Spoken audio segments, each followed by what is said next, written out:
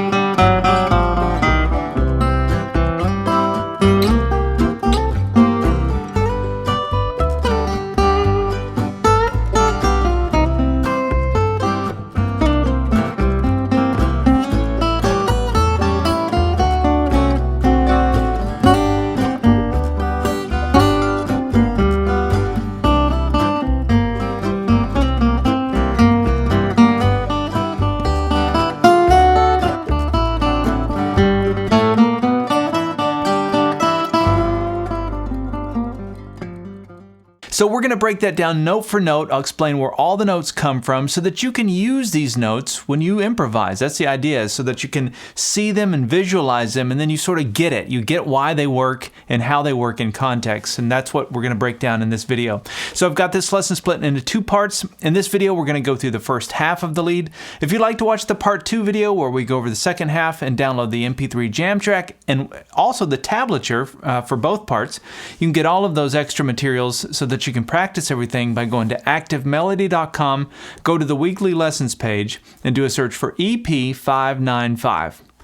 Okay, so I mentioned Jerry Garcia. This has kind of the acoustic Jerry sound to me. Now, I did not specifically try and play any Jerry licks, but I listened to a lot of his stuff, like the Jerry Garcia band. I'm talking like non-Grateful Dead Jerry. Like, to me, that's the best guitar stuff. This is just my personal opinion. But Jerry on an acoustic guitar, as opposed to his electric stuff that he would do with the Grateful Dead, I think it's the best stuff he does, is his acoustic stuff. So check out the Jerry Garcia band. Go on Spotify and check that out, or YouTube.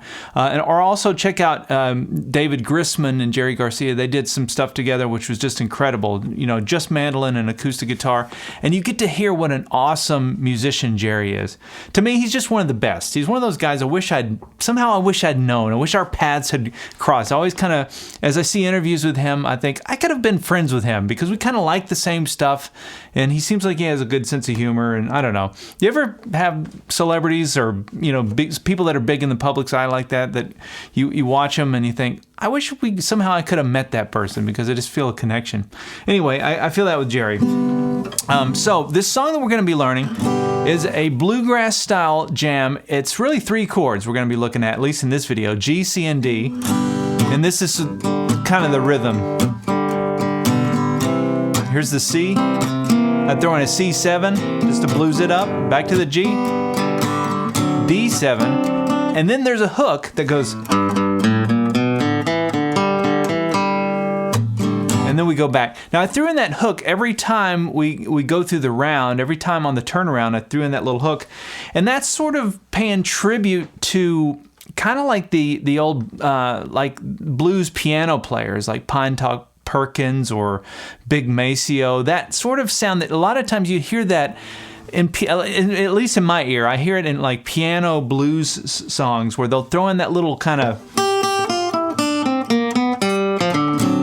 those little things. I just think they're so cool. So when I was coming up with this rhythm, I had no idea what the lead was going to be. I was coming up with the rhythm. I wanted one of those. I could hear one of those little things, and I thought it'd be kind of fun to mirror that when you're playing lead.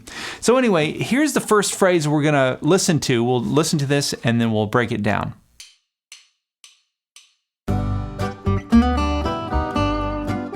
Okay, so we're going to be playing over that G chord to start with, and the first lick we're going to play goes...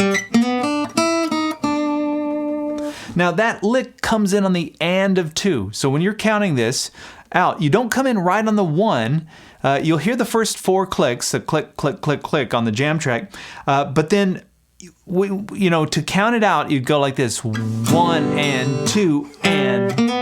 So it's 1 and 2 and, right on the and of 2, right? So just kind of remember that to start the thing. Now this lick goes like this. And what I'm thinking about, to play over that G chord, I'm thinking about my G chord here using the E shape. So this is a lick that lives inside of our G chord using the E shape from the Cage system. And this is another example of how the Cage system is used for not just chords, but also lead. But I'm starting with this G note here, 5th fret, 4th string. And look at these first 3 notes. Those are just the arpeggio of my G chord. Right? Walking right up those middle 3 strings, or strings 4, 3, and 2, out of that chord from using the E shape. Now I slid into that 3rd string, and then I came up here to the 3rd fret, 2nd string, and then watch this. A little embellishment off of that, but that's sort of a chromatic move to me. It's almost like you take the notes out of, there's my G chord, that's the 6th interval of the chord, so that would be like a G6 arpeggio, right? But then I walked it down chromatically, so it's 5, 4, 3, frets 5, 4, and 3 on the 2nd string. So just, here's how you want to think about it. Connect that lick, or that little phrase, to your E chord shape. Now you can use it anytime in any key. So if you had a song in the key of, with an A chord, you could go. That's just a little phrase now. You can add that to your vocabulary.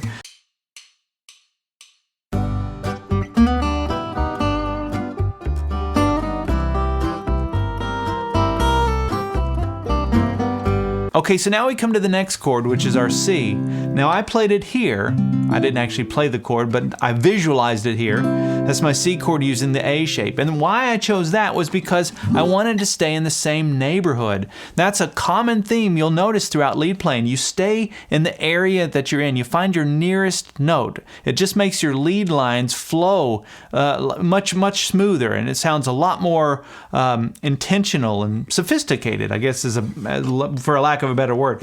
Okay, so off of this C chord using the A shape, if I look at the top 3 strings, the top part of that A shape, so that's where what I'm visualizing. That'll make this lick make a lot more sense. That's what I did. So that's a little chromatic walk up, 3, 4, 5 on the 2nd string. Lots of chromatic moves in the Jerry Garcia style leads. You'll notice he does tons of that. He'll do these little, little pull-offs where he just kind of chromatically walks down. But so that's right out of that chord shape. And then adding my pinky up here is adding the flat 7, which is our C7. And some of you may not have thought about that, but that right there, you've got your C chord using the A shape. Here's your C7 off of that shape. Boom, that's a light bulb for somebody. Right? I remember when I discovered that. So it's like, oh yeah, here's my A chord. Here's my A7. I'm doing the same thing here now. Now I can use that shape anywhere. That's why it's so important to get these Cage system shapes under your fingers. So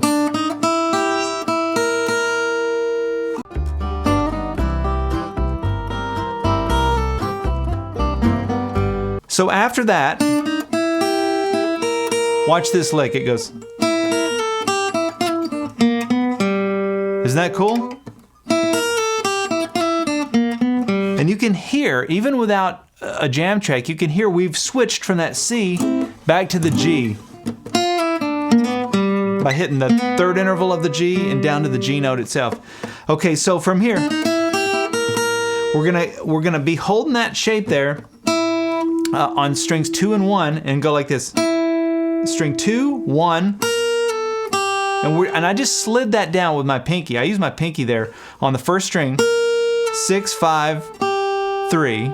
After that, I come down to the 5th fret, 2nd string, and then watch this.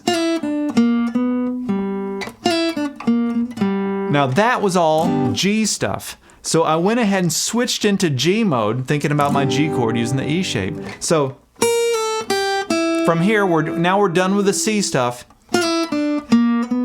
And this is the flat 7 of my G. That's my G7, right? That's where my pinky would go if I was playing my G7 using the E shape. And then just a quick slide from the 6th fret to the 5th fret and then down to the 3rd fret on that 2nd string. And then while I'm down here on this 3rd fret, I'm going to come down to the 3rd string and go. So that's 3, 4, and then down to the 5th fret 4th string, which is my G note. So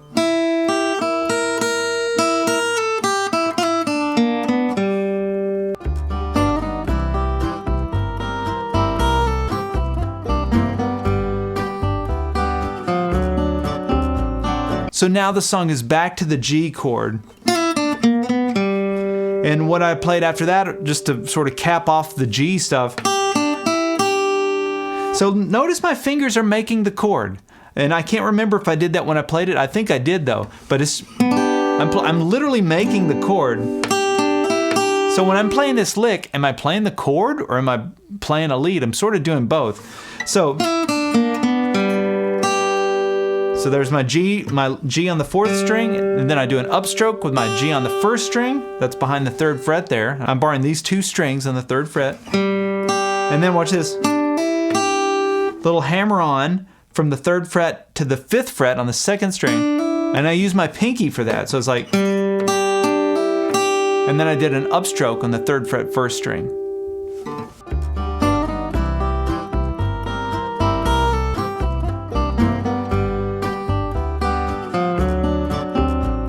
Now this next phrase sounds good, but it's really just playing the notes of the chord. So the chord is a D, or a D7 there, right? If you really want to blues it up, you throw in that flat 7 always for every one of these chords. You could do the G7, the C7, and the D7. So what I played there, I slid into it, and I played this harmonize 6. This is a must know.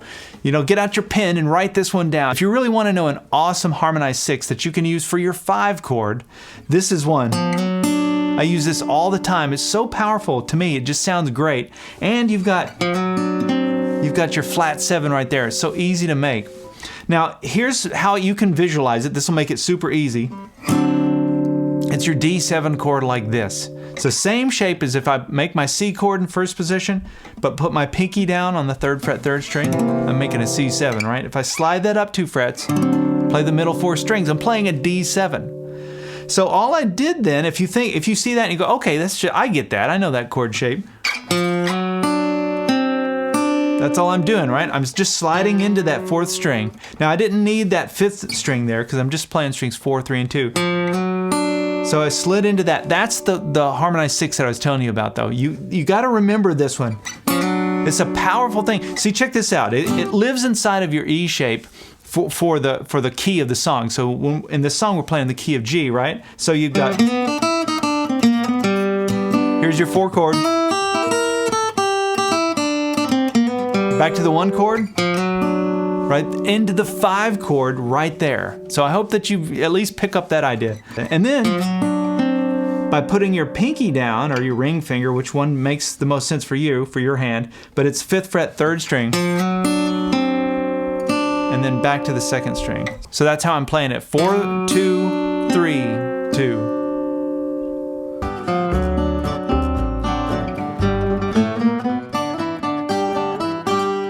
And then we come to that cool piano style hook that goes. Now that hook is really just the G major pentatonic scale. Really, if we just break it down, it's. The only difference is there's a little bit of chromatic stuff right there between those 2 notes. I want like this. That's the only difference. Otherwise, it's just G major pentatonic scale.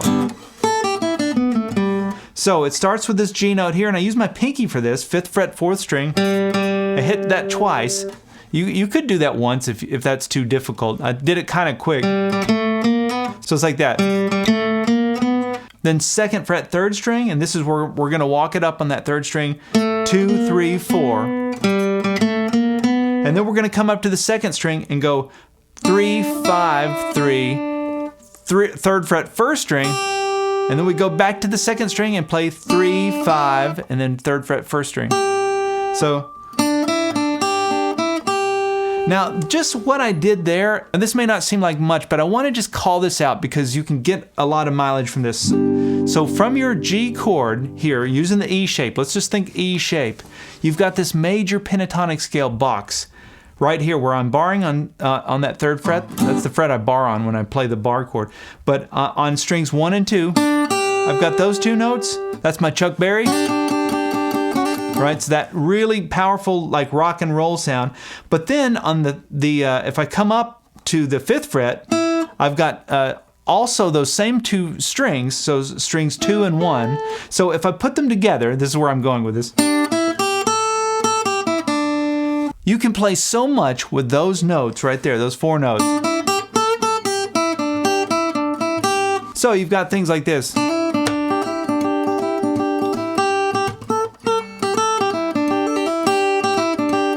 All that kind of major pentatonic scale stuff, it happens right there. So anyway, I just wanted to call those 4 notes out. You can get a lot of mileage out of that little spot there that lives inside your E shape.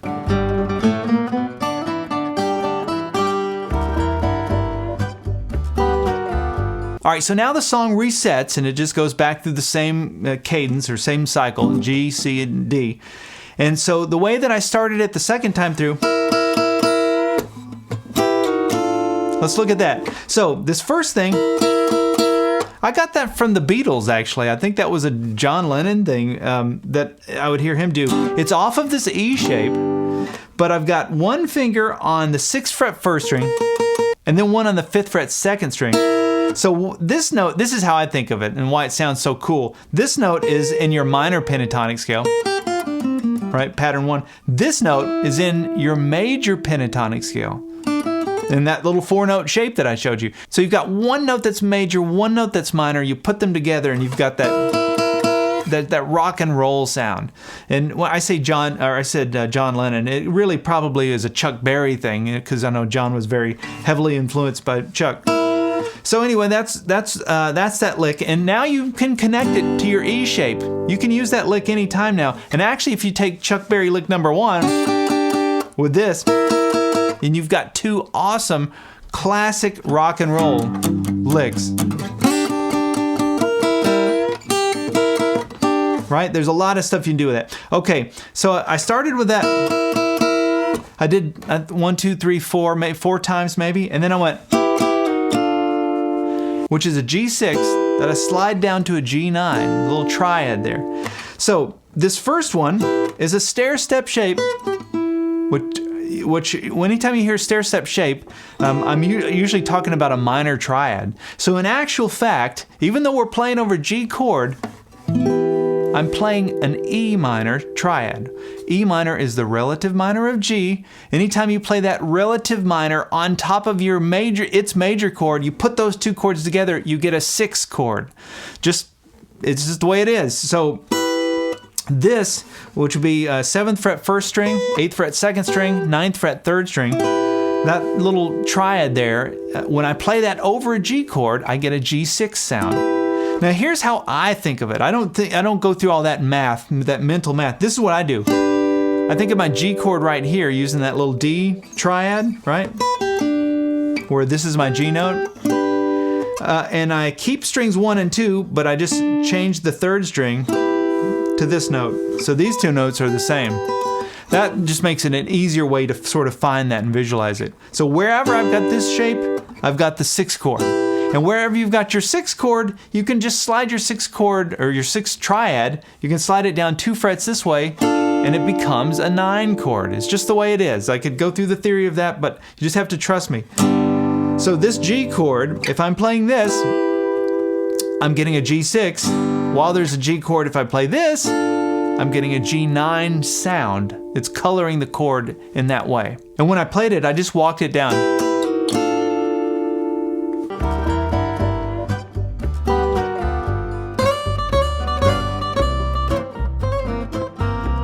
And then to blues things up, I went right into the minor pentatonic scale. So I went to the key of the song. The song's in the key of G, so I went into G minor pentatonic scale. And I slid all the way up here to this 10th fret, first string. And when I played that with my pinky. And I don't really know why, other than it just allowed me to have the grip. I wanted to hit this and then come down into this. So it just allowed me to quickly get from one to the other, you know, with my hand. I don't know, with your hand it may be easier to do that with a ring finger. But anyway, 10th fret first string, I slid into that. Now if I was playing electric guitar, I might come to this note here and bend to that. I don't want to do that now. I feel like I'll pop a string. But that's what you do on an acoustic guitar. You just slide into the note. And then I did this. So that's a little slide move, really, and it's between the 8th fret first string. You slide quickly up to the 9th fret, and then back to the 8th fret. Now sometimes I see people go like this, like a hammer-on pull-off. But for me, it's always been easier to go, just slide my whole hand. So I'll leave that up to you how you want to do it. So after that, I came down to the 6th fret and then 8, 6. So all of that was just on the first string. And just to get our bearings, that's our minor pentatonic scale pattern 2, G minor pentatonic. And then up to here was G minor pentatonic scale pattern 3.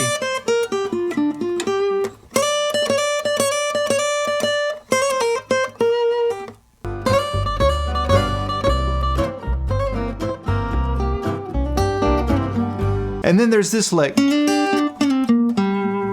And that's minor pentatonic scale pattern 2. Sliding down into minor pentatonic scale pattern 1 for the key of the song, which is G.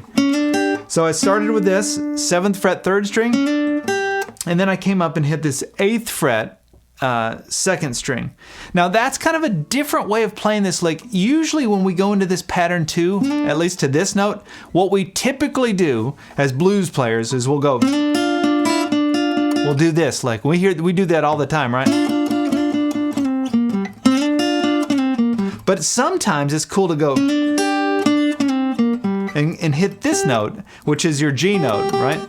I don't know. So it just depends on the sound you're going for, but just know that that is an option for you.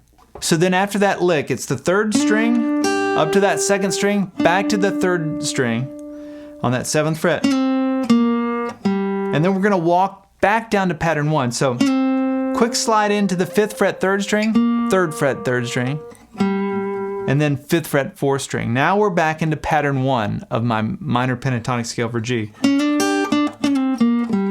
Now that's just a fun, cool little bluesy lick with that kind of different way of playing up here instead of going, which is what everybody does. I don't know, just kind of something new to think about. So after that, I came and hit this. This is another lick that just really hits home that flat 7. The G7 sound. And all I'm doing is I'm doing a hammer on between the 3rd fret and the 4th fret on that 3rd string. And then up to my G note here, which is the 3rd fret 1st string. So that's just strings 3 and 1 out of my G chord using the E shape, or it's just a harmonized 6. And then there's that flat 7, 6th fret 2nd string. Actually, I think I slid into that. Can't remember. Did I hammer on? You can do it either way.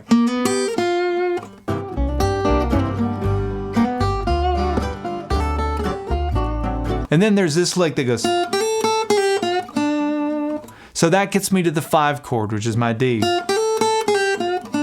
So starts with that 6th fret 2nd string, that flat 7, and then we're going to do a hammer on between the 3rd fret and the 5th fret on that 1st string. And that's that little major pentatonic scale thing that I was talking about. And so what we're doing here, in my mind, is we're blending the major pentatonic scale with the minor. That's major. And then we go back into minor when I come to this flat 7. So There's that 5th fret 1st string, and then there's a quick, like a pull off between the 4th fret and the 3rd fret on the 1st string. 6th fret 2nd string, push that slightly sharp when you hit it, and then back to the 3rd fret 2nd string. So all together. Now that's a cool little bluesy lick that has some elements of major, some elements of minor. And this is the sweet spot, by the way. When I was talking about this little box between the 3rd fret and the 5th fret, those 4 notes there, those were your major pentatonic scale notes. And then outside of that, between the 3rd fret and the 6th fret, you have your minor pentatonic scale. So this is the sweet spot where you blend the two. You've got minor, you've got major. And they live inside of each other. The major lives inside of the minor. That's just how I visualize it.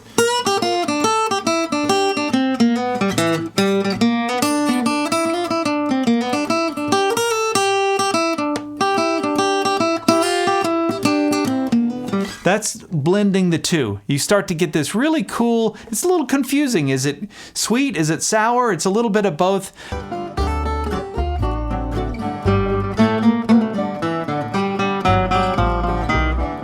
All right, so after that, like, we go back to the hook.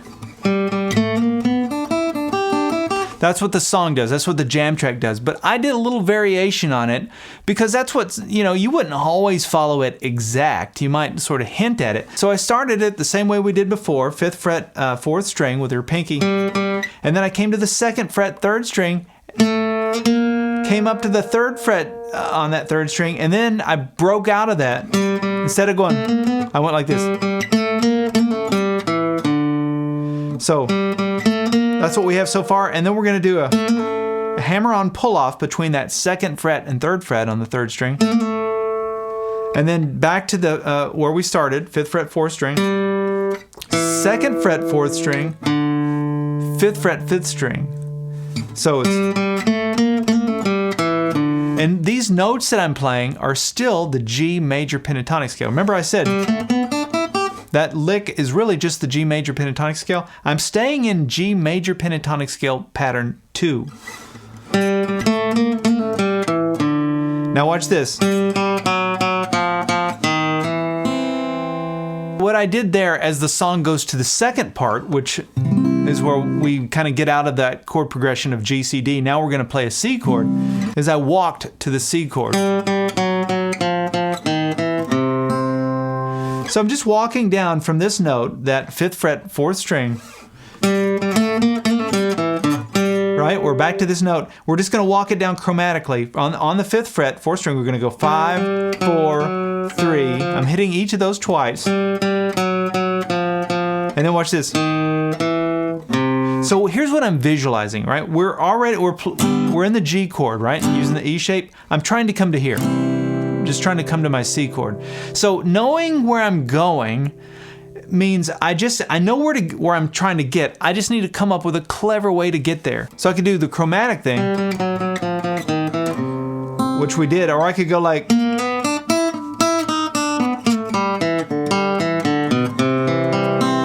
something like that, where I just went G major pentatonic.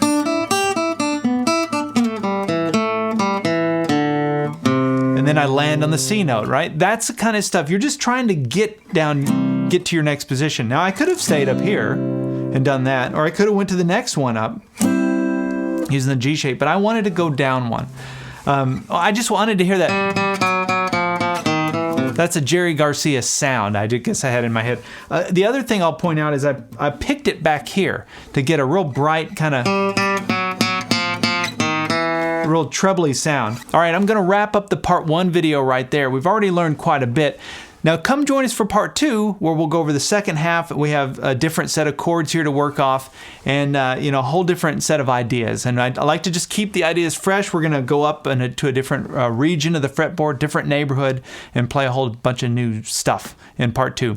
And obviously, as a premium member, you'd have access to that part 2 video, the jam track, the tablature for everything, the on-screen tab viewer, all of the stuff to help you practice this.